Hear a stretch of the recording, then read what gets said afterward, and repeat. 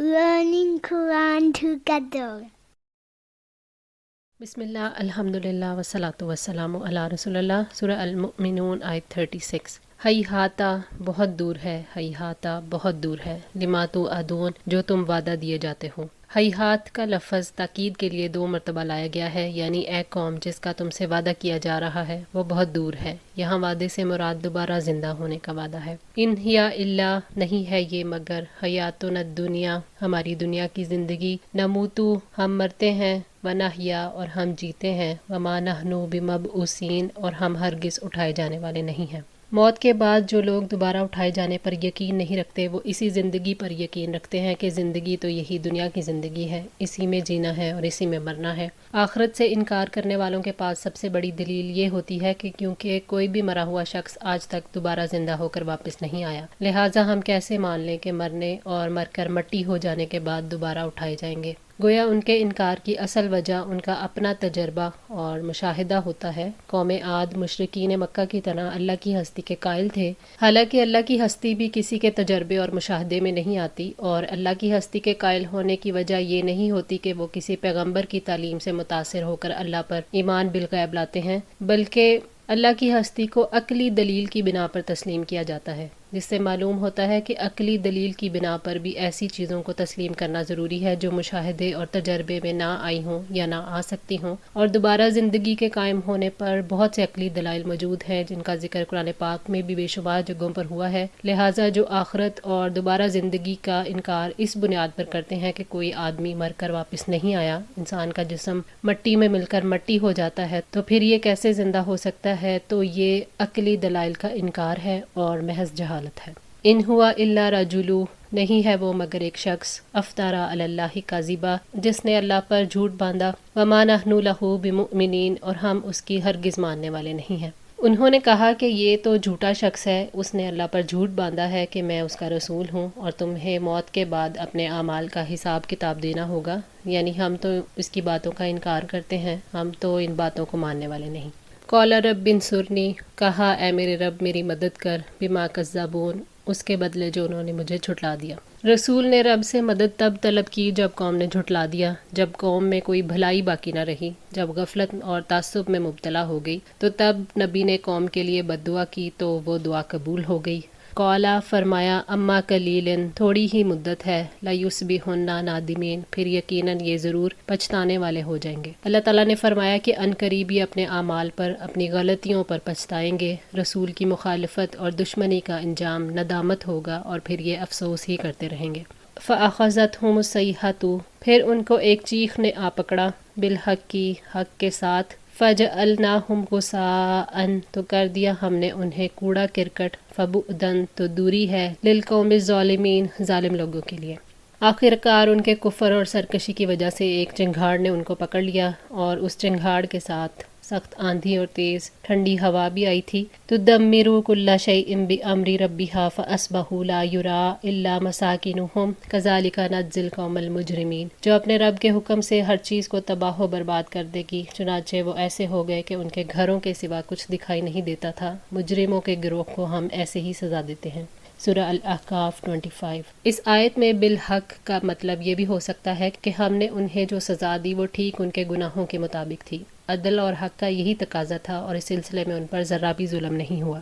فجعلناہم غثاء یعنی انہیں ہلاک اور تباہ کر دیا گیا، وہ سیلاب کے کوڑے کی طرح ذلت کے ساتھ وادی کے کنارے پر پھینک دیے گئے۔ فبعدن للقوم الظالمین یعنی اللہ کے عذاب کے ساتھ اس کی رحمت سے محرومی، اس کی لعنت اور جہانوں کی ندامت تھی جو ان کے حصے میں آئی۔ جن لوگوں نے شرک اور نافرمانیاں کی ان کے لیے دوری ہے۔ اللہ تعالیٰ نے فرمایا فما بکت علیہم السماء والارض وما کانوا منظرین پھر نہ ان پر آسمان رویا اور نہ زمین اور نہ وہ مہلت دیے گئے۔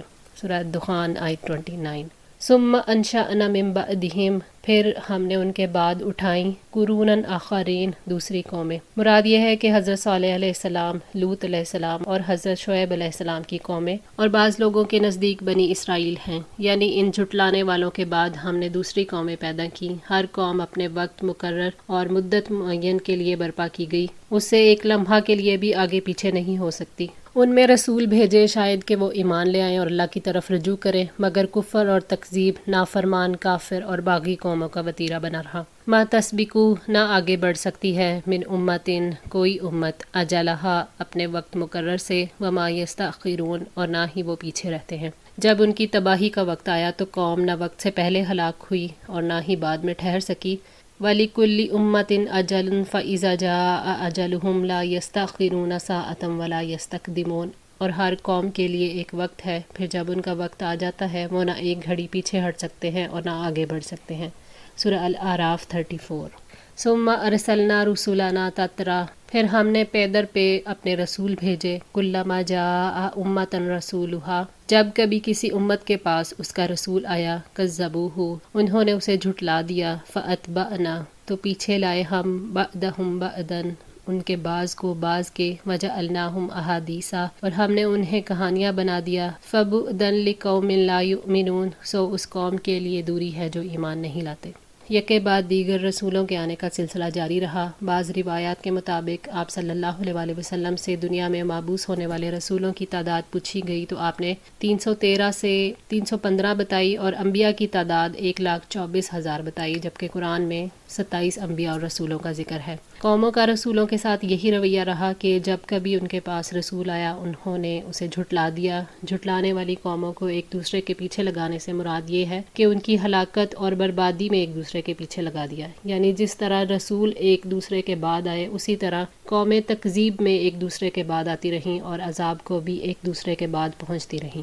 ان میں سے کوئی قوم باقی نہ رہی اور ان کے بعد ان کے گھر اجڑ گئے۔ وجعلناہم احادیثا، مراد ہے کہ ان کی عبرت ناک کہانیاں ہی باقی رہ گئی ہیں جن کو بیان کیا جاتا ہے، جو تقوی والوں کے لیے عبرت اور جھٹلانے والوں کے لیے عذاب بن جاتی ہیں۔ سو اس قوم کے لیے ہلاکت ہے، بدبختی ہے جو ایمان نہیں لاتے، ان کی تجارت خسارے کی ہے۔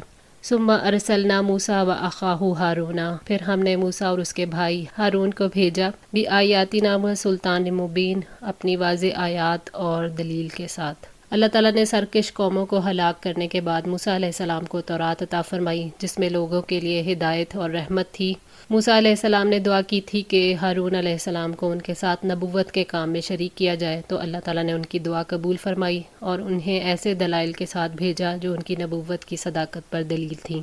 ان دلائل کو ایمان والے تو مان لیتے تھے اور حق کے دشمنوں کے خلاف حجت قائم ہو جاتی تھی۔ اللہ تعالیٰ نے فرمایا، وَلَقَدْ آتَيْنَا مُوسَىٰ 9 آيَاتٍ بَيِّنَاتٍ فَاسْأَلْ بَنِي إِسْرَائِيلَ إِذْ جَاءَهُمْ فَقَالَ لَهُ فِرْعَوْنُ إِنِّي لَأَظُنُّكَ يَا مُوسَىٰ مَسْحُورًا، اور بلا شبہ یقیناً ہم نے موسیٰ کو 9 واضح معجزات دیے، چنانچہ آپ بنی اسرائیل سے پوچھ لیں۔ جب موسیٰ ان کے پاس آیا تو فرعون نے اس سے کہا، اے موسیٰ، یقیناً میں تجھے واقعی سحر زدہ سمجھتا ہوں۔ سورہ بنی اسرائیل 101۔ فرعون اور اس کے سرداروں نے حق کو پہچان لیا لیکن دشمنی کی اور کہا کہ اے موسیٰ، ہم تجھے سحر زدہ انسان سمجھتے ہیں۔ انہوں نے جواب دیا، قال لقد علمت ما انزل هؤلاء الا رب السماوات والارض بصائر وانی لاظنک یا فرعون مسبورا۔ موسیٰ نے کہا، ان کو نازل نہیں فرمایا مگر آسمانوں اور زمین کے پروردگار ہی نے، بصیرت کا سامان ہے، اور اے فرعون، واقعی میں سمجھتا ہوں کہ تو یقیناً ہلاک کیا ہوا ہے۔ بنی اسرائیل 102۔ الی فرعون و ملائہ، فرعون اور اس کے سرداروں کی طرف، فاستکبروا، تو انہوں نے تکبر کیا، وکانوا قوما عالین، اور وہ سرکش لوگ تھے۔ اللہ تعالیٰ نے فرعون اور اس کے سرداروں کی طرف اپنے پیغمبروں کو بھیجا، اس کا ذکر ہمیں سورہ نازعات میں بھی ملتا ہے۔ اذهب الى فرعون انه طغى فقل هل لك الى ان تزكى واهديك الى ربك فتخشى، فرعون کے پاس جاؤ، یقیناً وہ سرکش ہو گیا ہے، بس کہہ دو کہ کیا تیرے لیے کوئی رغبت ہے کہ تم پاکیزگی اختیار کرو اور میں تمہارے رب کی طرف تمہاری رہنمائی کروں کہ تم ڈرنے لگ جاؤ۔ سورہ نازعات آیت 17-19۔ فرعون اور اس کے سرداروں نے حق کی پیروی کرنے میں شرم محسوس کی، کیونکہ وہ غرور اور تکبر کرنے والے تھے، اس لیے وہ اللہ پر ایمان نہ لا سکے۔ سرکش لوگ تھے، زمین میں فساد پھیلانے کے لیے ہر کوشش جاری رکھتے تھے۔ انہوں نے اپنے مال اور اپنے اقتدار کی وجہ سے خود کو بڑا سمجھا اور آخرت کے انکار کی وجہ سے انہیں ایمان لانے کی ضرورت ہی محسوس نہ ہوئی۔ فَقَالُوا أَنُؤْمِنُ، تو وہ کہنے لگے کیا ہم ایمان لائیں، لِبَشَرَيْنِ مِثْلِنَا، اپنے ہی جیسے 2 آدمیوں پر، وَقَوْمُهُمَا، حالانکہ ان دونوں کی قوم، لَنَا عَابِدُونَ، ہماری غلام ہے۔ انہوں نے تکبر اور غرور سے لوگوں کو دھوکہ دینے کے لیے یہ دلیل دی کہ یہ دونوں ہمارے جیسے عام انسان ہیں، ان دونوں کی قوم بنی اسرائیل وہ تو ہماری غلام ہے، ہماری فرما بردار اور مطیع ہے۔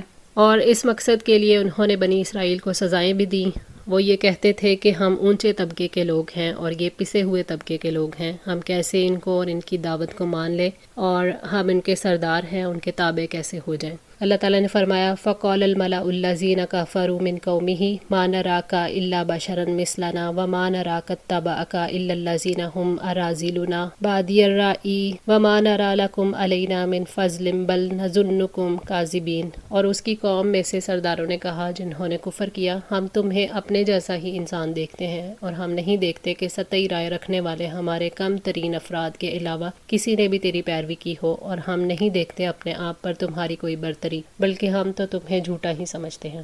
سورہ ہود 27۔ آج کے لیے اتنا ہی۔ دعا ہے اللہ تعالیٰ ہماری اس کوشش کو قبول فرمائے، ہماری غلطیوں کوتاہیوں کو معاف فرما کر ہماری اصلاح فرمائے۔ جزاکم اللہ خیر، والسلام علیکم ورحمۃ اللہ وبرکاتہ۔